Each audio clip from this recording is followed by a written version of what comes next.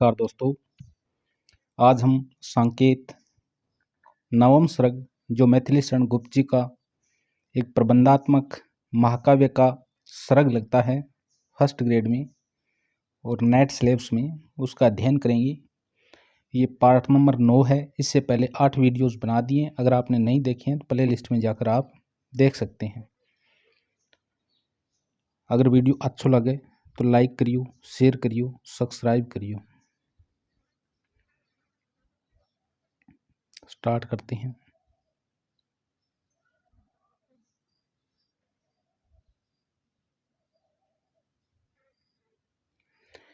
मेरे चपल यौवन बाल अंचल अंचल में पड़ा सो मचल कर मत साल। बीतने दे रात होगा सुप्रभात विशाल। खेलना फिर खेल मन के पहन के मणिमाल। पक रहे हैं भाग्य फल तेरे सुर में रसाल। डरने अवसर आ रहा है जा रहा है काल। मन पुजारी और तन इस दुखिनी का थाल। भेंट प्रिय के हेतु उसमें एक तू ही लाल। एक तू ही लाल। लाल का अर्थ मणि होता है, रतन होता है, पुत्र भी होता है। भेंट भेंट होता है उपहार। भेंट होता है उपहार। रसाल रसाल होता है आम। और सुर में होता है सुंदर। सुर में यानी सुंदर। इसके अलावा अगर बात करें तो बाल यौवन, यौवन बाल, यौवन बाल यानी यौवन रूपी बालक। चपल चपल होता है चंचल। अंचल अंचल यानी आंचल, और इस अंचल का अर्थ लेंगे शांत। ऐचल ये अंचल। इसके बाद में देखें मणिमाल। मणिमाल का अर्थ होता है मणियों की माला। मणिमाल मणियों की माला। साल सालना यानी दुख देना। साल रही है नट साल सी, ब्यारी का दो है ना। खूबी खूबी जिए माए। अब इसका भावार्थ देखते हैं। तो इसमें पद्यांश में बात की गई है, वियोगिनी उर्मिला है वो अपने यौवन को चंचल बालक के रूप में उपमान देती है। और उर्मिला क्या कहती है? मेरे चपल यौवन बाल, मेरे चपल यौवन बाल। उर्मिला जी कहती है कि हे यौवन रूपी चंचल बालक, हे यौवन रूपी चंचल बाल।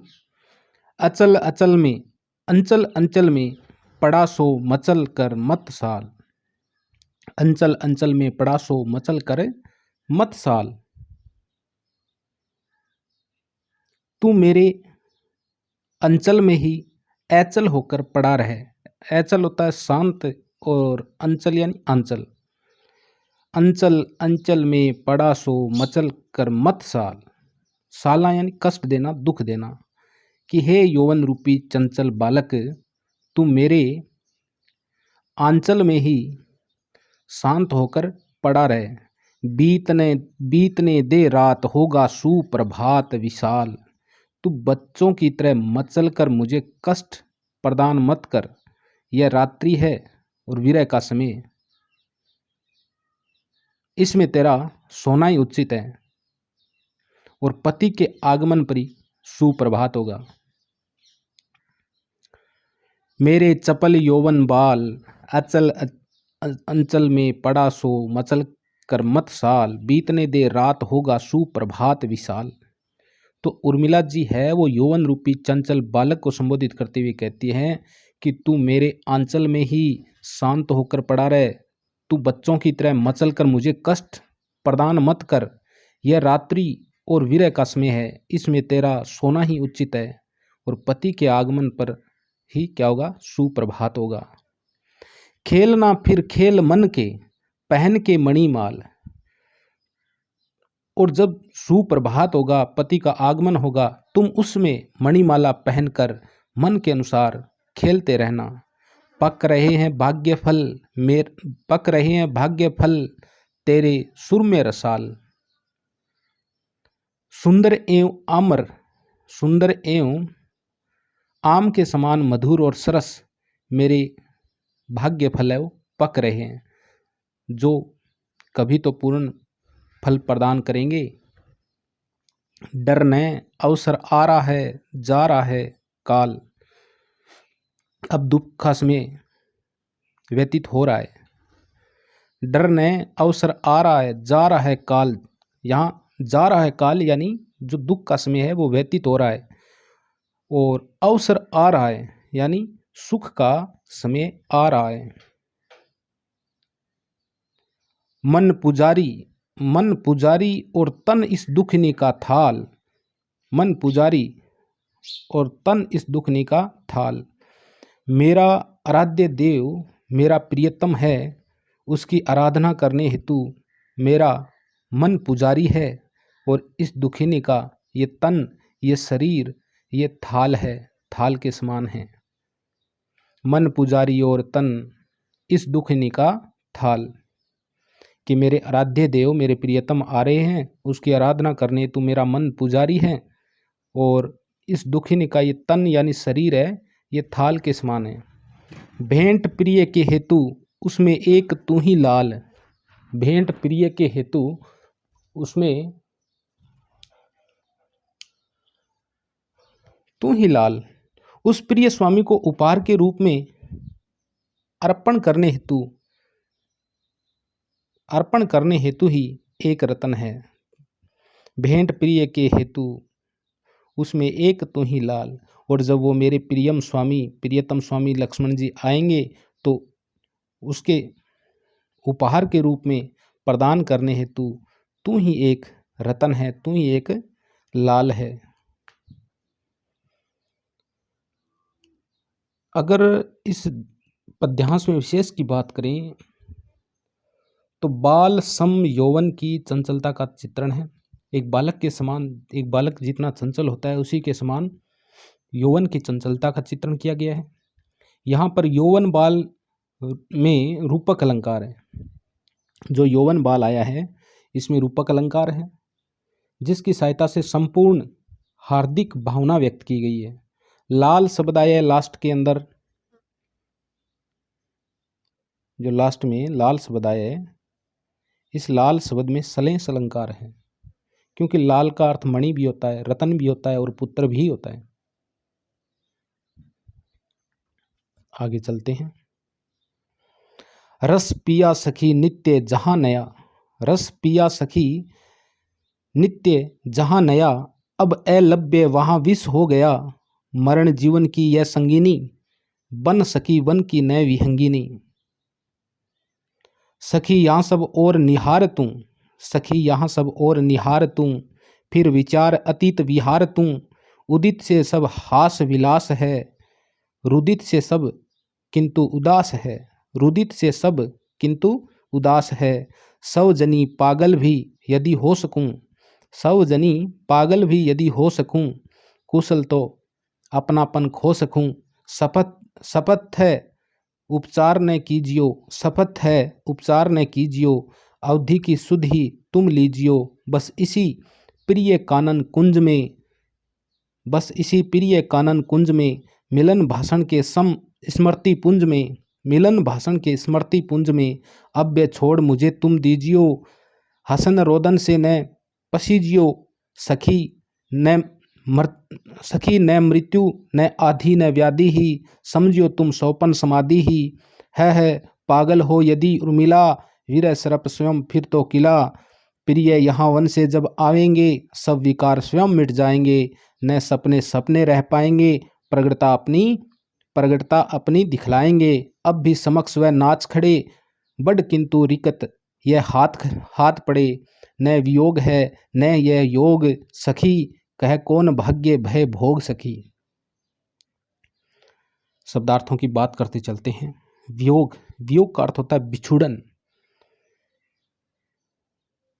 योग, योग होता है मिलन, योग होता है मिलन। समक्ष, समक्ष यानी सामने, समक्ष यानी सामने। किला, किला જ્યાં रूपनाथ जी कोनी के लेकर की कील दिला में था न के, यानी मंत्र से वशीभूत हो गया। मंत्र से वशीभूत करना यानी कीलना। उसके बाद में विरह सरफ, विरह रूपी सरफ, सौपन समाधि, सौपन में मिलन, सौपन समाधि, सौपन में मिलन। आधि, आधि होती है मानसिक कष्ट, और व्याधि, व्याधि होती है शारीरिक कष्ट, व्याधि शारीरिक कष्ट। स्मृति पुंज, स्मृति पुंज स्मृतियों का समूह है, पुंज होता है समूह है, स्मृति पुंज स्मृतियों का समूह है। शुद्ध, शुद्ध यानी चेतना या चेष्टा। अवधि, अवधि यानी समय, और जब धी हो, और जब धी बड़ी हो तो क्या हो जाएगा, अवधि भाषा हो जाएगी। शपथ, शपथ, शपथ होता है सौगंध यानी कसम। और अपनापन, अपनापन यहाँ चेतना अर्थ लिया गया है। कुशल, कुशल का अर्थ होता है कुशल मंगल यानी अच्छा। उसके बाद में देखें सौजनी, सौजनी यानी सखी के लिए आया सौजनी। रुदित, रुदित यानी रोए हुए, रुदित रोए हुए। हास विलास, आनंद यानी परण्य कीड़ा। उदित, उदित यानी आगमन। और उसके बाद में देखें निहार, निहार का अर्थ होता है देखकर। विहंगिनी, विहंगिनी यानी पक्षिणी। संगिनी, साथिनी। अलभ्य, अप्राप्य, अलभ्य अप्राप्य। नित्य हमेशा। इस पद्यांश में देखें तो योगिनी बाला विरह रूपी काल से व्यथित होकर अपनी सखी से अपने मन के भावों को व्यक्त करती हुई कहती है। तो उर्मिला जी क्या कह रही है, रस पिया सखी नित्य जहां नया, अलभ्य वहां विष हो गया। रस पिया सखी नित्य जहां नया, अलभ्य अब अलभ्य वहां विष हो गया। कि जिस मेरे सुख में दाम्पत्य जीवन में आनंद ही आनंद था, वह अब विष बन गया है।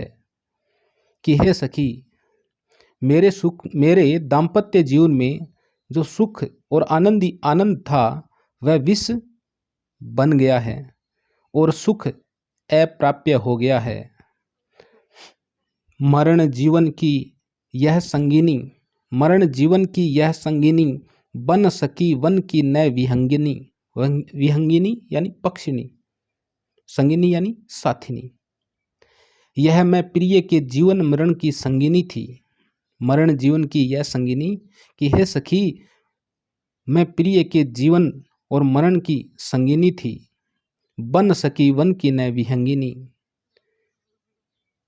और उसके वन में साथ न जास की, वन में उसका साथ न देश की।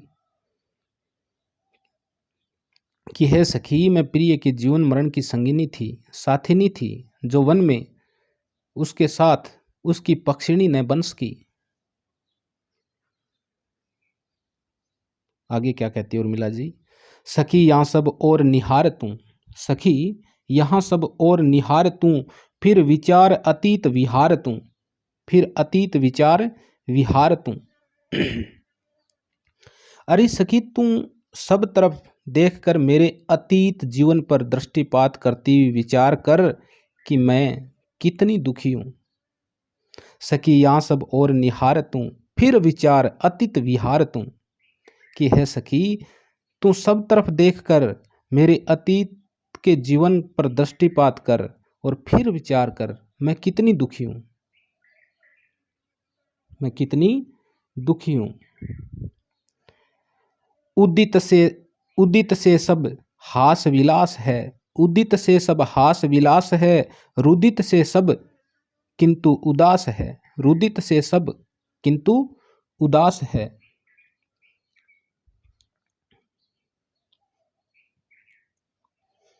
उसके उद्य यानी प्रियतम के आगमन से सभी तरफ हास विलास छा जाएगा और मेरे रुदन से उदासी छाई हुई है। कि उसके उद्य यानी उसके आगमन से सभी तरफ हास विलास छा जाएगा एवं मेरे रुदन से उदासी छाई हुई है। आगे क्या कहती है उर्मिला जी? सवजनी पागल भी यदि हो सकूं, कुशल तो अपनापन खो सकूं। सवजनी पागल भी यदि हो सकूं, कुशल तो अपनापन खो सकूं। अरे सखी, यदि मैं पागल भी हो जाऊं तो अच्छा है, मैं इस प्रकार अपने चेतन को समाप्त कर दूं। अपनापन यानी चेतना को। सवजनी पागल भी यदि हो सकूं, कि अरे सखी, यदि मैं पागल भी हो जाऊं तो अच्छा है, कुशल तो अपनापन खो सकूं, मैं इस प्रकार अपनी चेतना को समाप्त कर दूं। शपथ है, सौगंध है, कसम है, उपचार न कीजियो, अवधि की सुध ही तुम लीजियो, अवधि की सुध ही तुम लीजियो। मेरे पागल होने पर मुझे अच्छा करने के लिए कोई उपचार मत करना, तुझे मेरी सौगंध है। बस इसी प्रिय कानन कुंज में, मिलन भाषण के स्मृति पुंज में, बस इसी प्रिय कानन कुंज में, मिलन भाषण के स्मृति पुंज में, मेरी अवधि पूर्ण हो जाने पर। आगे उर्मिला जी क्या कहती हैं?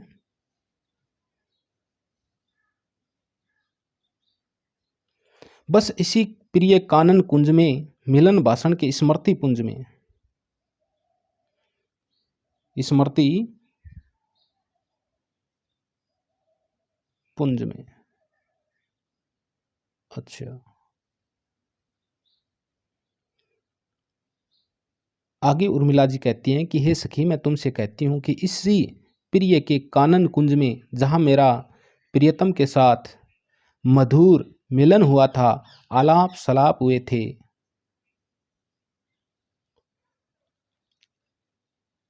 अब यह छोड़ मुझे तुम दीजियो, हसन रोदन से न पसीजियो। उसी स्मृति पुंज स्वरूप कुंज में मुझे अकेली छोड़ दीजियो, उसी स्मृति पुंज स्वरूप कुंज में मुझे अकेली छोड़ देना, मैं उसमें अभ्य रूप से विचरण करूंगी। मेरे हंसने और रोने में जरा भी, मेरे हंसने और रोने से जरा भी तुम विचलित न होना। हसन रोदन से न पसीजियो, कि मेरे हंसने और रोने से तुम जरा भी विचलित न होना। आगे क्या कहते उर्मिला जी? सखी न मृत्यु न आधि न व्याधि ही, समझियो तुम सोपन समाधि ही। तो उर्मिला जी कहती हैं कि सखी न मृत्यु न आधि न व्याधि, समझियो तुम सोपन समाधि ही। अरे सखी, मैं उस अवस्था में हो जाऊं तो उसे तुम न मृत्यु न आधि, आधि यानी मानसिक कष्ट, न व्याधि यानी शारीरिक कष्ट समझना, कि मैं उस अवस्था में हो जाऊं। हे सखी, मैं उस अवस्था में हो जाऊं तो तुम उसे ना तो मृत्यु समझना, ना मानसिक कष्ट समझना, और ना ही शारीरिक कष्ट समझना। तो क्या समझना? समझियो तुम सौपन समाधि ही, तुम केवल उसे सौपन समाधि ही मानना। है पागल हो यदि उर्मिला, वीर सरप स्वयं फिर तो किला। यदि वास्तव में यह उर्मिला पागल हो जाए तो स्वयं मेरा वीर रूपी सर्प किला हुआ यानी मंत्र से वशीभूत किया हुआ ही मानना चाहिए। मुझे वीर का इतना कष्ट नहीं होगा। है पागल हो यदि उर्मिला, वीर सर्प स्वयं फिर तो किला। यदि वास्तव में यह उर्मिला पागल हो जाए तो स्वयं मेरा वीर सर्प किला हुआ ही मानना, मुझे वीर का इतना कष्ट नहीं होगा। तो उर्मिला जी अपनी सखी से कहती है कि यदि मैं पागल भी हो जाऊं ना, तो तुम ये जो वीरा रूपी सर्प है इसे मेरे द्वारा ही वशीभूत किया हुआ मानना, और मुझे ऐसा समझना कि मुझे वीरा का इतना कष्ट नहीं होगा। आगे क्या कहती है उर्मिला जी? प्रिय यहाँ वन से जब आएंगे, प्रिय यहाँ वन से जब आएंगे, सब विकार स्वयं मिट जाएंगे, सब विकार स्वयं मिट जाएंगे। अरे सजनी, जब मेरे प्रियतम वन से पधारेंगे तो स्वतः ही मेरे सब दुख द्वंद समाप्त हो जाएंगे। न सपने सपने रह पाएंगे, प्रकटता अपनी दिखलाएंगे। न सपने सपने रह पाएंगे, प्रकटता अपनी दिखलाएंगे। ये सौपन सौपन न रहेंगे, वे मधुर दिवस साकार होकर प्रकट होंगे। हे सजनी, ये सौपन सौपन न रहेंगे और वे मधुर दिवस साकार होकर प्रकट होंगे।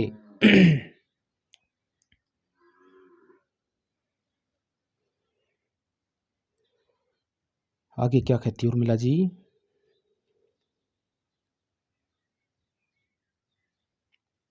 दिखलाएंगे। अब भी समक्ष वह नाच खड़े, अब भी समक्ष वह नाच खड़े, बड़ किंतु रिकत यह हाथ पड़े। हे सखी, अब भी मेरे समक्ष यानी मेरे सामने वे स्वामी खड़े हुए हैं, किंतु मेरे हाथ तो खाली रह गए, उन्हें पकड़ न सके। अब भी समक्ष वह नाच खड़े, बड़ किंतु यह हाथ पड़े। कि हे सखी, अब भी मेरे सामने वे स्वामी खड़े हुए हैं, किंतु मेरे हाथ तो खाली रह गए, उन्हें पकड़ न सके। न वियोग है न योग सखी, न वियोग है न वियोग है न यह योग सखी। वह कह कौन भाग्य भय भोग सकी, कह कौन भाग्य भय भोग सकी। अरे सखी, यह नए योग यानी मिलन है।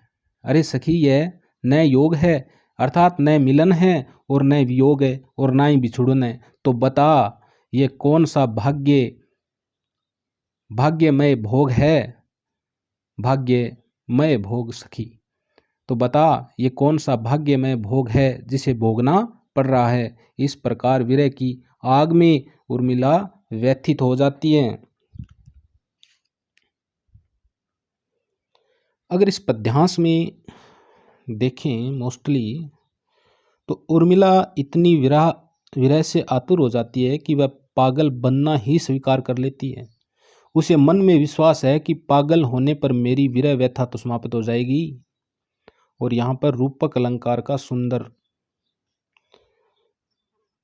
योजना है भाई। रूपक अलंकार की सुंदर योजना है, यहाँ पे सुंदर तरीके से काम में लिया गया है। आगे चलते हैं।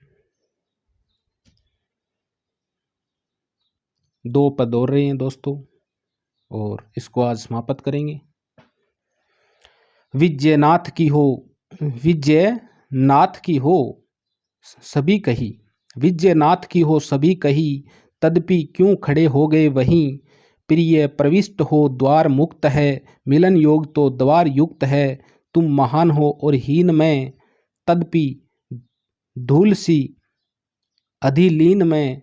दैती देखते देव भक्ति को, दैती देखते देव भक्ति को, निरखते नहीं नाथ व्यक्ति को। तुम बड़े बने और भी बड़े, तुम बड़े बने और भी बड़े, तदपि उर्मिला भाग में पड़े। अब नहीं रही दीन मैं कभी, अब नहीं रही दीन मैं कभी। तुम मुझे मिले तो मिला सभी, तुम मुझे मिले तो मिला सभी। प्रभु कहाँ कहाँ किंतु अगर जा, प्रभु कहाँ कहाँ किंतु अगर जा। कि जिसके लिए था मुझे तजा, कि जिसके लिए था मुझे तजा। वह नहीं फिरे क्या तुम ही फिरे, वह नहीं फिरे क्या तुम ही फिरे। हम गिरे अहो तो गिरे गिरे, हम गिरे अहो तो गिरे गिरे। दैती क्या मुझे आरत जान के, अधीप ने अनुक्रोश मान के, अधीप ने अनुक्रोश मान के।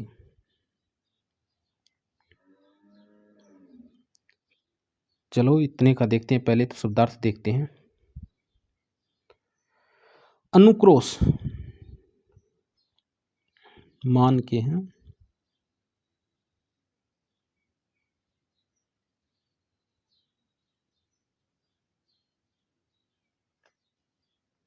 अनुक्रोश का अर्थ होता है दया।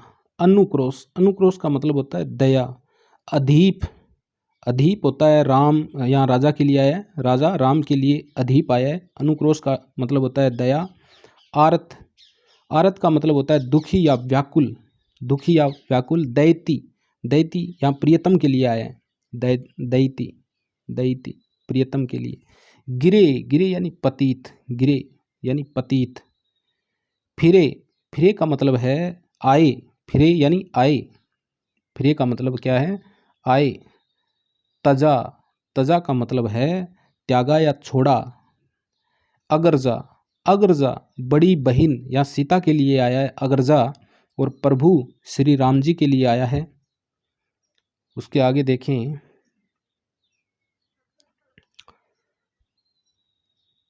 भाग, उर्मिला भाग, भाग होता है हिस्सा। तदपि, तदपि यानी फिर भी। निरखते, निरखते यानी देखते। देव, देव यानी भाग्य, देव यानी भाग्य, देव यानी भाग्य। अंगीलिनी, अंगीलीन, अंगीलीन, अंगीलीन का मतलब होता है चरणों में लीन, अंगीलीन यानी चरणों में लीन। दैती, इस दैती का मतलब है प्रकृति। और इसके बाद में देखें तो नाथ, नाथ का मतलब होता है स्वामी। तदपि फिर भी। प्रविष्ट, प्रविष्ट हो यानी शामिल हो, पधारे। मुक्त, मुक्त यानी स्वतंत्र या खुला। युक्त, युक्त होता है उचित। इस पद्यांश में देखें तो उर्मिला विरह में व्याकुल होकर अपने प्रियतम को संबोधित करती है, और वह कहती है, क्या कहती है, विजयनाथ की हो सभी कही, तदपि क्यों खड़े हो गए वहीं, तदपि क्यों खड़े हो गए वहीं। उर्मिला, उर्मिला जी कहती है कि मैं तो यह जानती हूँ कि नाथ की सर्वत्र विजय है, कि मैं तो यह जानती हूँ कि नाथ की स्वामी की सर्वत्र विजय है, किंतु वे वहीं खड़े क्यों हो गए, आते क्यों नहीं। प्रिय प्रविष्ट हो द्वार मुक्त है, प्रिय प्रविष्ट हो द्वार मुक्त है, मिलन योग तो द्वार युक्त है, मिलन योग तो द्वार युक्त है। हे प्रिय आप भीतर पधारो, हे प्रिय आप भीतर पधारें, द्वार खुला हुआ है। हे प्रिय आप भीतर पधारें, द्वार खुला हुआ है। मिलन का योग तो सदा उचित है, मिलन का योग तो सदा उचित है। आगे उर्मिला जी क्या कहती हैं, तुम महान हो और हीन में, तुम महान हो और हीन में, तदपि धूल सी अधिलीन में, तदपि धूल सी अधिलीन में। आगे क्या कहती है उर्मिला जी, उर्मिला जी कहती हैं कि मैं मानती हूँ कि हे नाथ तुम महान हो एवं मैं हीन हूँ, किंतु आंधी में धूल की तरह लीन होना चाहती हूँ। तो उर्मिला जी कहती है कि मैं मानती हूँ कि हे स्वामी तुम महान हो, मैं हीन हूँ, किंतु आंधी में धूल की तरह लीन होना चाहती हूँ। दैती देखते देव भक्ति को, दैती देखते देव भक्ति को, निरखते नहीं नाथ व्यक्ति को, निरखते नहीं नाथ व्यक्ति को। आगे उर्मिला जी क्या कहती है, प्रकृति या भाग्य तो भक्ति को देखते हैं, वे व्यक्ति को नहीं देखते। इसी प्रकार मेरी भक्ति पर ही ध्यान दीजिए, इसी प्रकार मेरी भक्ति पर ही ध्यान दीजिए कि हे स्वामी प्रकृति या भाग्य तो क्या देखते हैं, भक्ति को देखते हैं, वे व्यक्ति को नहीं देखते। इसी प्रकार मेरी भक्ति पर ही ध्यान दीजिए। तुम बड़े बने और भी बड़े, तुम बड़े बने और भी बड़े, तदपि उर्मिला भाग में पड़े, तदपि उर्मिला भाग में पड़े।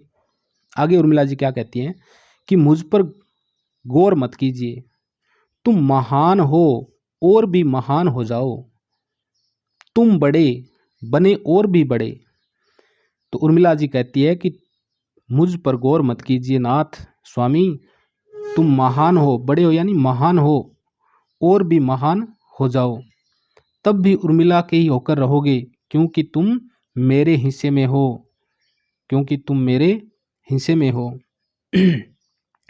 अब नहीं, अब नहीं रही दीन मैं कभी, तुम मुझे मिले तो मिला सभी।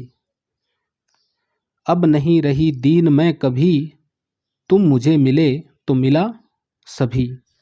तुमको प्राप्त करके मैं कभी भी दीन नहीं रह सकती, यदि तुम मुझको प्राप्त हो गए तो सब कुछ प्राप्त हो गया। उर्मिला जी कहती हैं कि तुमको प्राप्त करके मैं कभी भी दीन नहीं रह सकती, यदि तुम मुझको प्राप्त हो गए तो सब कुछ प्राप्त हो गया। प्रभु कहाँ कहाँ किंतु अगर जा, प्रभु कहाँ कहाँ किंतु अगर जा, कि जिनके लिए था मुझे तजा। प्रभु कहाँ कहाँ किंतु अगर जा, कि जिनके लिए था मुझे तजा। आगे उर्मिला जी कहती है कि हे नाथ तुम आ गए, किंतु प्रभु राम कहाँ है। प्रभु कहाँ कहाँ किंतु अगर जा। आगे उर्मिला जी कहती है कि हे नाथ तुम आ गए, किंतु प्रभु राम कहाँ है। बड़ी बहन सीता कहाँ है, अग्रजा कहाँ है, कि जिनके लिए था मुझे तजा, जिनके लिए आपने मुझको त्याग दिया था। आगे उर्मिला जी क्या कहती है कि वह नहीं फिरे, वह नहीं फिरे क्या तुम ही फिरे, हम गिरे अहो तो गिरे गिरे, अहो तो गिरे गिरे। तो आगे उर्मिला जी कहती है कि हे नाथ वे नहीं आए,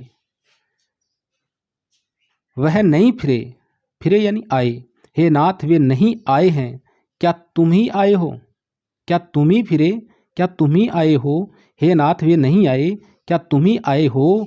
हम गिरे अहो तो गिरे गिरे, यदि हम गिर गए तो और पतित हो गए, यदि हम गिर गए तो और पतित हो गए। वे अपने नाथ से, लक्ष्मण जी से कहती है कि हे नाथ वे नहीं आए, क्या तुम ही आए हो, यदि हम गिर गए तो और भी पतित हो गए। आगे उर्मिला जी क्या कहती हैं, दैती क्या मुझे आरत जान के, दैती क्या मुझे आरत जान के, अधीप ने अनुक्रोश मान के। अनुक्रोश, अनुक्रोश का मतलब होता है दया। अधीप यानी राम, दैती यानी प्रियतम, आरत यानी दुख या व्याकुल। उर्मिला कहती है कि क्या विरह से, क्या क्या विरह से मुझे इतना व्याकुल यानी दुखी जानकर प्रभु राम ने मेरा प्रलाप मानकर आपको घर भेज दिया है। दैती क्या मुझे आरत जान के, अधीप ने अनुक्रोश मान के, अनुक्रोश मान के घर दिया तुम्हें भेज आप ही। तो यहाँ पर उर्मिला जी कहती है कि क्या विरह से मुझे इतना व्याकुल जानकर प्रभु राम ने मेरा प्रलाप मानकर आपको घर भेज दिया है। आगे देखते हैं, घर दिया तुम्हें भेज आप ही, यहाँ तक तो देख लिया हमने। यह हुआ मुझे और ताप ही, यह हुआ मुझे और ताप ही, प्रिय फिरो फिरो हाँ फिरो फिरो, न इस मोह की घूम से घिरो, विकल में यहाँ किंतु गर्विणी, न कर दो मुझे नष्ट प्रवीणी। घर फिरे तुम्हें मोह से कहीं, तब हुए तपो भ्रष्ट क्या नहीं, च्युत हुए अहो नाथ जो यथा धिक, वृथा हुई उर्मिला व्यथा, समय है अभी हाय फिरो फिरो। तुमने यों यस स्वर्ग से गिरो, प्रभु दयालु है लौट के मिलो, न उसके कुटीर द्वार से हिलो, न उसके कुटीर द्वार से हिलो। कुटीर, कुटी द्वार यानी कुटी होती है झोंपड़ी, कुटी द्वार झोंपड़ी का द्वार। हिलो, हिलो यानी हिलना।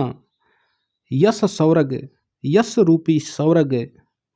और उसके बाद में अगर देखें तो वृथा, वृथा, वृथा का मतलब होता है व्यर्थ, और च्यूत, च्यूत यानी अलग या भ्रष्ट। व्यथा होती है पीड़ा, व्यथा क्या होती है? पीड़ा।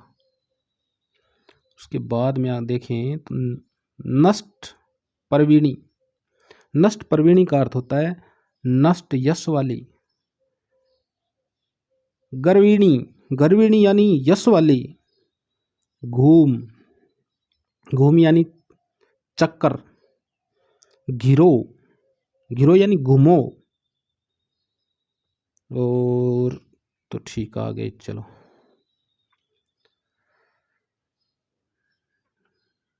चलो इसका भावार्थ देखते हैं।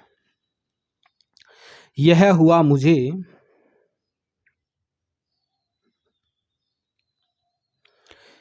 यह हुआ मुझे और ताप ही, यह हुआ मुझे और ताप ही। तो उर्मिला जी क्या कह रही थी? उर्मिला जी कह रही थी, क्या विरह से मुझे इतना व्याकुल अर्थात दुखी जानकर प्रभु राम ने मेरा प्रलाप मानकर आपको घर भेज दिया है? यदि ऐसा है, यह हुआ मुझे और ताप ही, यदि ऐसा हुआ तो मुझे वीर ताप से भी अधिक संताप हुआ है। तो उर्मिला जी कहती है कि अगर प्रभु ने मेरा प्रलाप सुनकर आपको घर भेज दिया है, और यदि ऐसा हुआ है तो मुझे वीर ताप से ही अधिक क्या हुआ है? संताप हुआ है। प्रिय फिरो, प्रिय फिरो फिरो हाय फिरो फिरो, अतः हे नाथ तुम वापिस वन लौट जाओ, अतः हे नाथ तुम वापिस वन लौट जाओ, लौट जाओ, लौट जाओ। न इस मोह की घूम से घिरो, न इस मोह की घूम से घिरो, मेरे मोह के चक्कर में मत घूमो, मेरे मोह के चक्कर में मत पड़ो, मत घूमो। विकल में यहाँ किंतु गर्विणी, विकल में यहाँ किंतु गर्विणी, न कर दो मुझे नष्ट प्रवीणी, न कर दो मुझे नष्ट प्रवीणी। यद्यपि मैं विरह में, यद्यपि मैं विरह में व्याकुल हूँ, यद्यपि मैं विरह में विकल हूँ, व्याकुल हूँ, तथापि फिर भी गर्विणी हूँ अर्थात यश वाली हूँ। मुझे भ्रष्ट गर्विणी, मुझे भ्रष्ट गर्विणी नष्ट यश वाली मत बनाओ।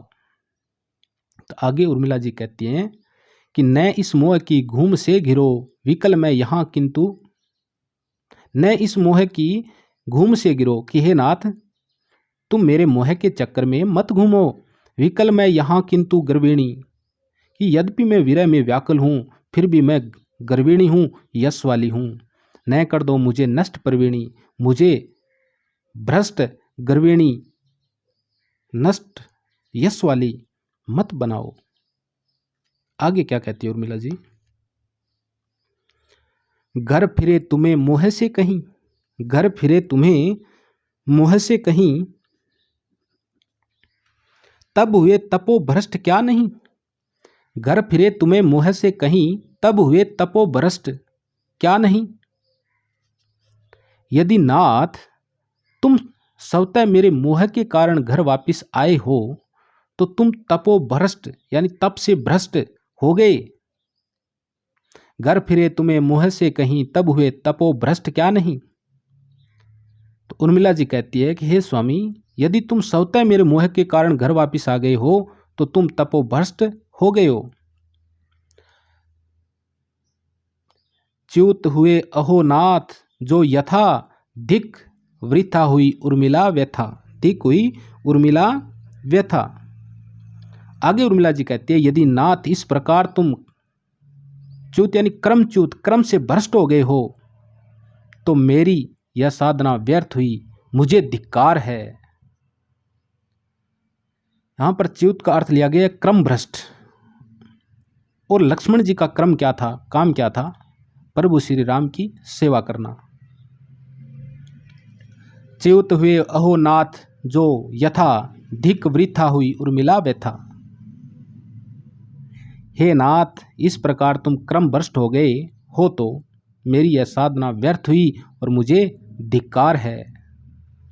समय है अभी, आगे उर्मिला जी क्या कह रही है? समय है अभी हाय फिरो फिरो, समय है अभी हाय फिरो फिरो। तो तो उर्मिला जी कहती है कि अब भी समय है स्वामी, तुम वापिस चले जाओ। समय है अभी, हाय फिरो फिरो, अब भी समय है नाथ, तुम वापिस चले जाओ। तुम न यूं यश स्वर्ग से गिरो, तुम न यूं यश स्वर्ग से गिरो, प्रभु दयालु है लौट के मिलो, न उसके कुटीर द्वार से हिलो। हे नाथ, हे स्वामी, तुम इस प्रकार यश के स्वर्ग से मत गिरो। प्रभु राम दयालु है, लौटकर उसके पास में चले जाओ और उसके क्रम में लीन हो जाओ। उसके कुटीर यानी उसकी झोंपड़ी के द्वार से मत हिलो, अर्थात क्रम में लीन हो जाओ।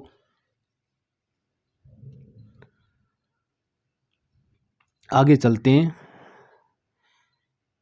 ये जो पद है, ये पद अंतिम पद है।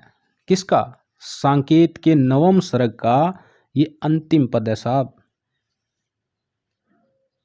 अच्छा, इससे छोटा एक पद और रह जाएगा भाई, अंतिम नहीं है, एक पद और रह जाएगा। वीडियो हो तो लंबा ही गया, चलो इतना ही करते हैं, आगे का एक वीडियो और बनाएंगे, उसमें देखेंगे। वीडियो लाइक करना, शेयर करना, सब्सक्राइब करना। ओके।